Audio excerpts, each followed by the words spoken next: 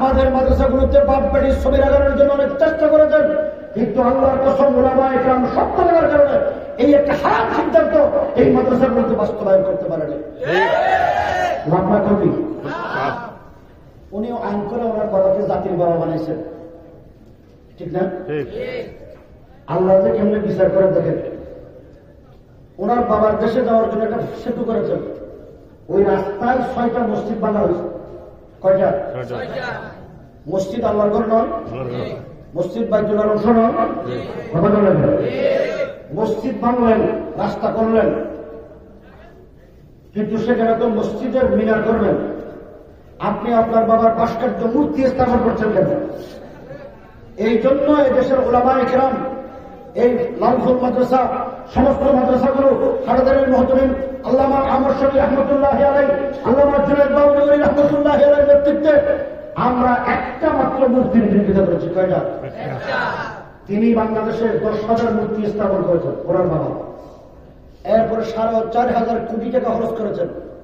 4,500 কোটি টাকা খরচ করে বাংলাদেশের 10,000 মূর্তি স্থাপন করেছেন। আমরা বিরোধিতা করেছি একটা মূর্তির। আল্লাহর ইচ্ছা হলো বাংলাদেশের জমিনে একটা মূর্তিও রাখবেন। ঠিক ইচ্ছা কার? আমরা বুঝি নাই, আমাদের বুঝে আসে নাই। এই 5 তারিখ যখন দেশ স্বাধীন হইল, 5 তারিখ হয়েছে জানেন তো নাকি? আপনারা জানেন না? আমাদের বেগুনা বড় বড় রাজনৈতিক দল ব্যর্থ হয়েছে। বেগুনা মাসুম ছোট ছোট বাচ্চাগুলো আব্রাহার বাহিনী যেরকম আল্লাহ পাক আব্রাহাকে ধ্বংস করেছেন, আমাদের দেশের ছোট ছোট বেগুনা মাসুম যাদের বয়স 10, 11, 12, 13, 14 বছর বালেগ হয়নি, এই সমস্ত আমাদের নতুন পাখি দিয়ে আল্লাহ তাদেরকে ধ্বংস করেছে। আমরা দেশের সব রাজনৈতিক দলকে সেনাপ্রধান ডাকছেন 5 তারিখ বিকেলে, সেখানে আনন্দেরও ডাকছেন। মৌলানা মামুনুল হক সাহেব নাম করেন তো সবাই। আমিও জেলে গেছি মূর্তির বিরোধিতা করার কারণে, মামুনুল হক সাহেব জেলে গেছেন মূর্তির বিরোধিতা করার কারণে। আমি 2 বছর জেলে ছিলাম, 1 বছর আগে বের হয়েছি। মামুনুল হক সাহেব 3 বছর পরে বের হয়েছে। সর্বশেষ সব উলামায়ে কেরাম যখন বের হয়ে গেলেন, আল্লাহর ইচ্ছা হলো যে একটা মূর্তির বিরোধিতা করে আমরা জেলে গেছি, কোন মূর্তি এদেশে রাখবেন না। 3 মাসের মাথায় সব শেষ। সেনা প্রধান ডাকলেন 5 তারিখ। আমরা সেনা সদর দপ্তর থেকে প্রেসিডেন্টের কাছে যাচ্ছি বঙ্গভবনে।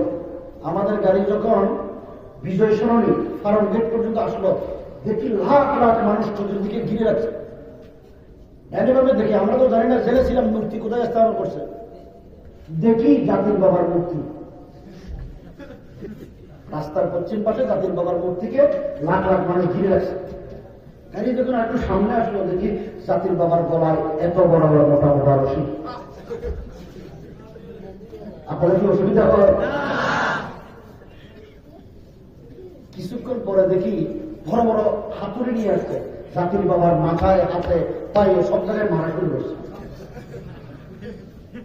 এরপরে দেখলাম এক ছোট বাচ্চা জাতির বাবার মাথার উপর দানা যায়, ঠপ ঠপ পেশাব করে দিল। কি ভিডিও নাই? এখনকার ছেলেরা তো খুব আধুনিক, এটাও বাদ। এরপরে কয়েক মিনিট পরে দেখলাম বেশ কিছু যুবক একত্রিত হয়ে এত বড় বিশাল জুতার মালা জাতির বাবার গলায় পড়াই দিয়েছে। ইজ্জত দেওয়ালা কে? বেইজ্জত করনেওয়ালা কে?